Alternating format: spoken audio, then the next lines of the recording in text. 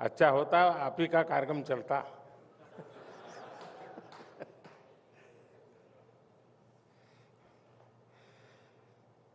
आप सबको नमस्कार।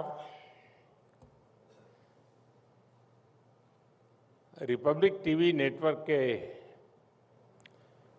सभी दर्शक और अब तो बहुत सारी भाषाओं में भी है, तो उन सबको भी मेरा प्रणाम। मैं इस समिट में हिस्सा लेने आए सभी साथियों का भी अभिनंदन करता हूं। 24 घंटे चलने वाले चैनलों में ब्रेकिंग न्यूज, इसका बहुत बड़ा महत्व होता है। और आजकल तो दुनिया में ही, पूरी दुनिया, कहीं पर भी नजर डालो, पूरी दुनिया ब्रेकिंग न्यूज के मोड़ पर ही है।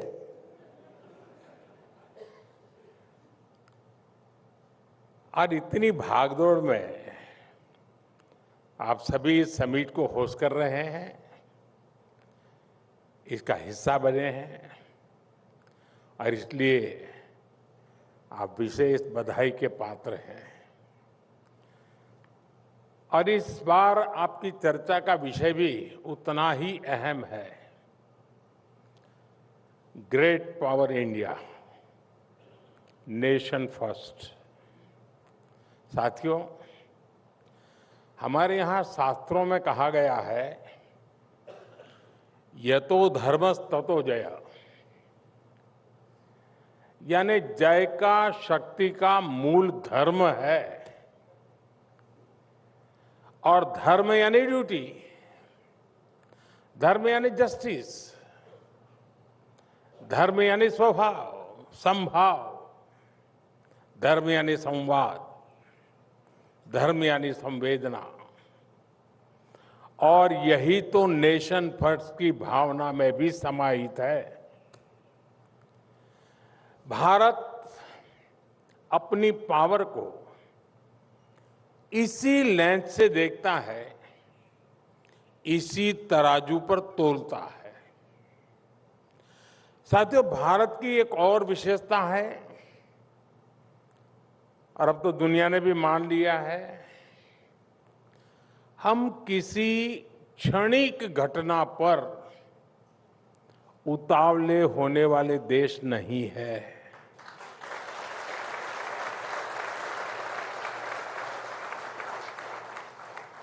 हम वो हैं जिसने विकास और विनाश देखा भी है, झेला भी है। हम वो देश हैं जिसके जहन में युगों की मेमोरी चिप लगी हुई है।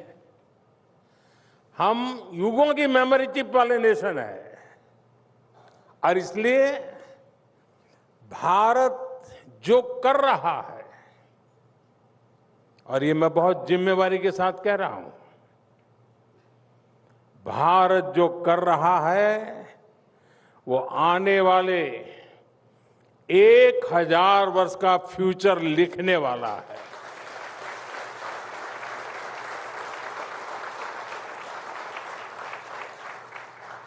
और यही दुनिया के लिए सबसे बड़ी भारत की गारंटी है।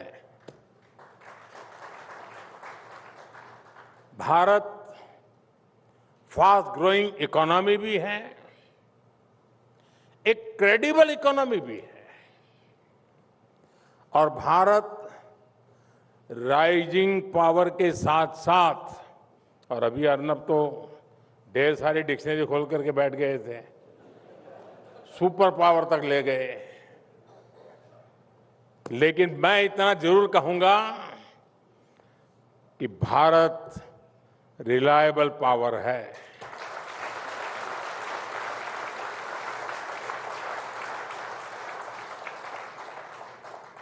मैं अभी 2-3 दिन पहले जी समिट से लौटा हूं। और दुनिया का हर नेता, हर देश इस बात को भली भांति समझता है कि आज के भारत के लिए नेशन फर्स्ट ही सबसे बड़ा मंत्र है, सबसे बड़ा सिद्धांत है।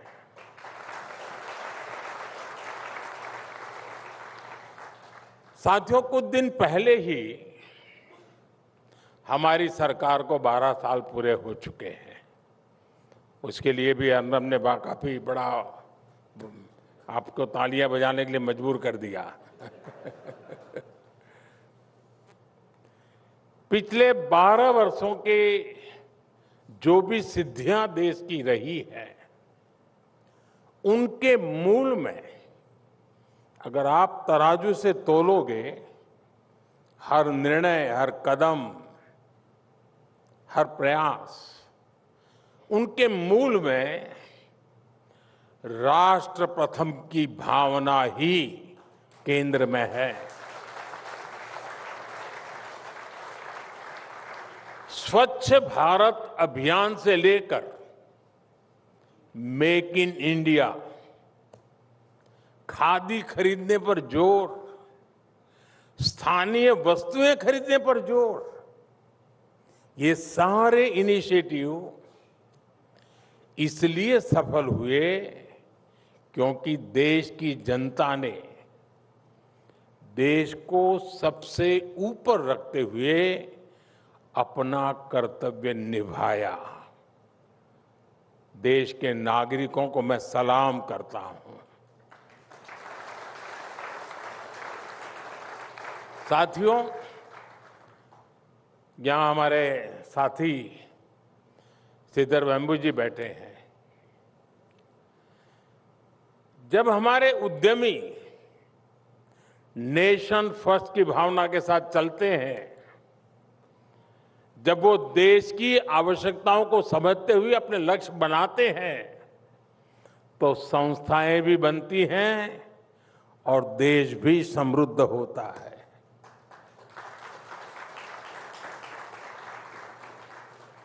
सिद्धार्थ वेम्बू जी ने क्या काम किया है, शायद यहां बातों में कितना निकला होगा मुझे मालूम नहीं, लेकिन अभी मैं फ्रांस में विवाटेक में गया था।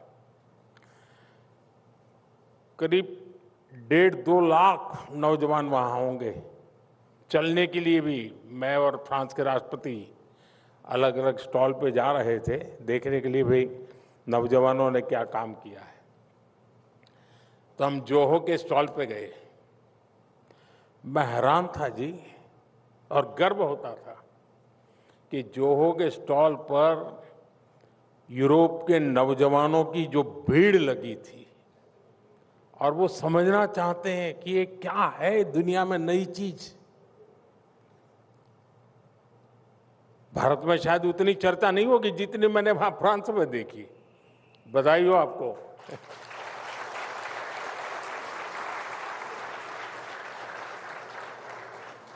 साथियों, सरकार की नीति और निर्णयों में नेशन फर्स्ट का क्या प्रभाव होता है, इसका एक उदाहरण हमारा आदिवासी क्षेत्र है। मैं आज कोई फिलॉसफी जानने वाला नहीं हूं, कुछ बातें जो हुई हैं वो हल्की फुल्की बता दूंगा और उससे आप अंदाज लगा लेंगे कि काम कैसे होता है। मैं आदिवासी क्षेत्र की बात करता हूं। भारत के 10 करोड़ से अधिक आबादी की चर्चा, मतलब कि आदिवासी समाज की चर्चा। और हम सबको पता है, दशकों से माओवादी आतंक वहां अपने डेरा तंबू गाड़ करके बैठा हुआ था। जहां 21वीं सदी में भी इन आतंकियों ने एक भी सुविधा पहुंचने नहीं दी, सरकारी एक व्हीकल नहीं गुजर सकता था वहां, गोलियों से भून दिया जाता था। अनेक सरकारें आई गई, कई पीढ़ियां आई गई। लगता था कि हिंसा का ये दुर्भाग्य ऐसे ही रहेगा। आप कल्पना कर सकते हैं, 2004 से 2014 के बीच, मैं वो 10 साल का हिसाब बताता हूं, 2004 से 2014 के बीच माओवादी आतंक के कारण 17,000 से भी अधिक हिंसक घटनाएं हुई थी। 17,000।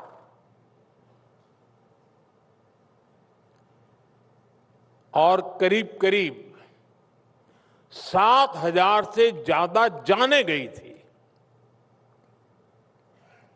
साथियों,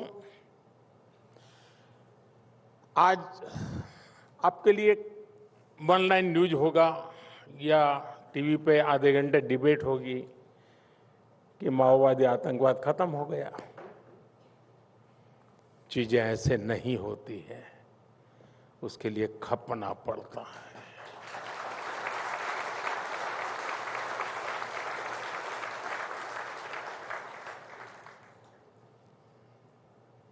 और इसलिए मैं बताना चाहता हूं, और आजकल जो लोग, कुछ लोग संविधान दिखाते रहते हैं,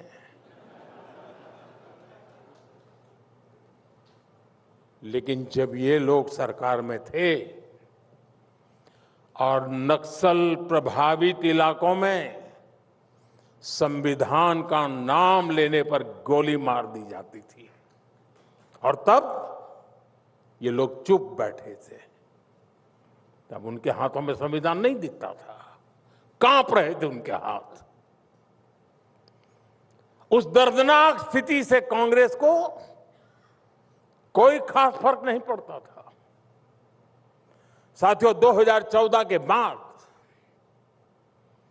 हालात को बदलने के लिए हम राष्ट्र प्रथम के भाव से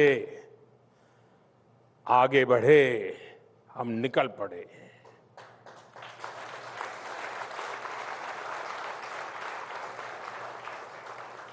बोलते नहीं थे, बताते भी नहीं थे, करते जरूर थे।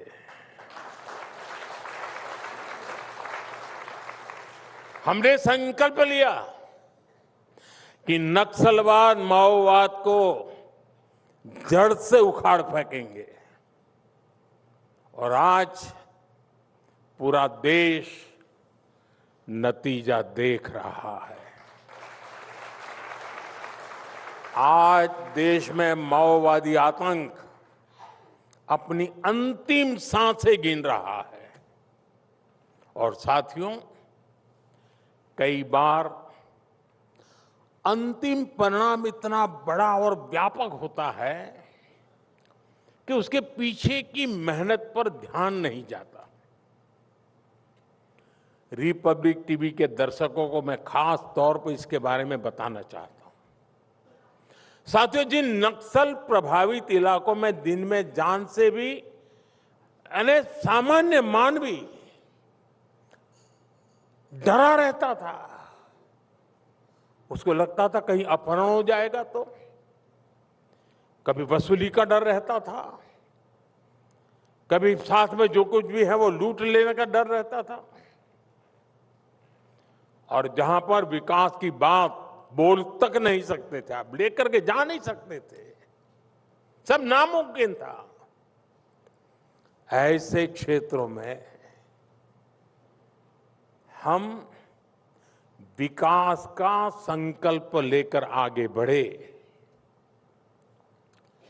वहां बीते 12 वर्षों में हमारी सरकार ने 12,000 किलोमीटर से अधिक की सड़कें बनाई।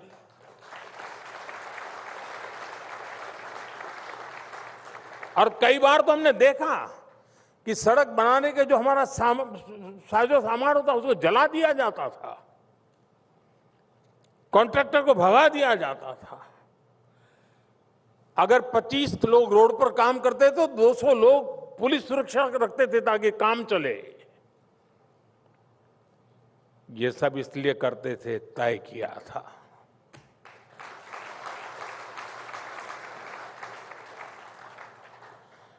साथियों, 9,500 से अधिक मोबाइल टावर बनाए। एक टावर नहीं लगने, और लगा हुआ टायर तोड़ देते थे, क्योंकि उनको हमेशा वहां आक्रोश पैदा करना था। करीब 45,000 गांवों में मोबाइल कनेक्टिविटी पहुंचाई। नक्सल प्रभावित जिलों में 1800 अधिक बैंक ब्रांच खोली गई। करीब 75,000 बैंकिंग कॉरेस्पोंडेंट और 6,000 से अधिक नए पोस्ट ऑफिस बनाए। सिर्फ बम बंदूक और गोली के सहारे काम नहीं किया है साथियों, हमने दिलों को जीतने के लिए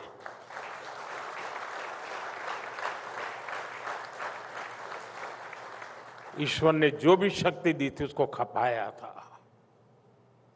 साथियों, हम बुलंद इरादों के साथ नक्सल प्रभावित इलाकों में जन सामान्य की आशा आकांक्षाओं को पूरा करने के लिए जा रहे थे। आप हैरान हो जाएंगे, एक मशहूर नक्सली, करोड़ों रुपए का इनाम थे उसकी मां के पास हम पहली बार राशन कार्ड लेके गए। बेटा अपनी मां को राशन कार्ड लेने नहीं देता था, आतंकवाद अपना चलाने के लिए। इतनी घटनाएं हैं, मैं हैरान था, और सरकार चुप बैठी थी। उनको संविधान तो उस समय दिखता नहीं था, लेकिन सारे प्रयासों का परिणाम यह आया कि जन सामान्य में एक विश्वास का नया दौर आया।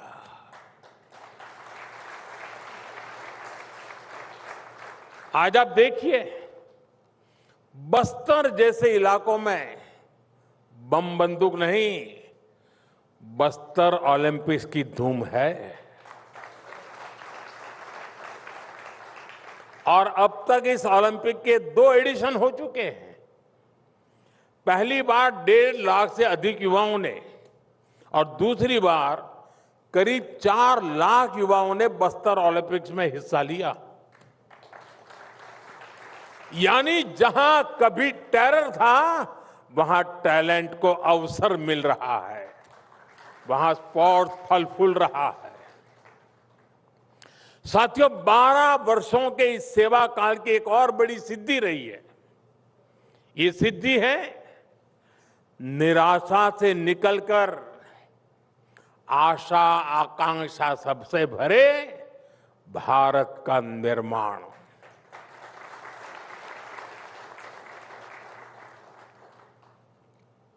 साथियों, नक्सल कहीं और होगा, लेकिन घटनाओं की पीड़ा हिंदुस्तान के हर कोने में होती थी। और जिस समय नक्सल खत्म होने की बातें आने लगी, तो विश्वास सिर्फ नक्सल इलाके का नहीं, हिंदुस्तान के कोने कोने में जगने लगा।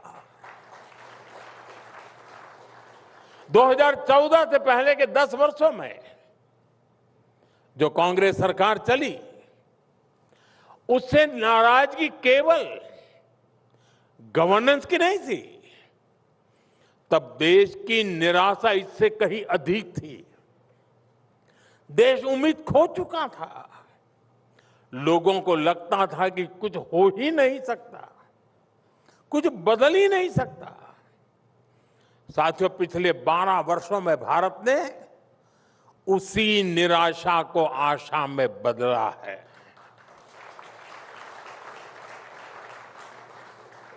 और मुझे इस बात का सबसे ज्यादा संतोष है। आज हर किसी को ये लगता है कि थोड़ी और मेहनत करेंगे तो ये हो सकता है।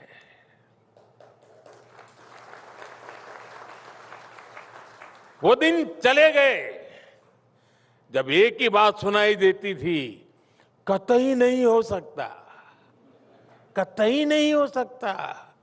वो जमाना चला गया, आज ये होकर रहेगा। ये जो भाव आया है, यही भारत की असली सिद्धि है और यही रियल पावर है।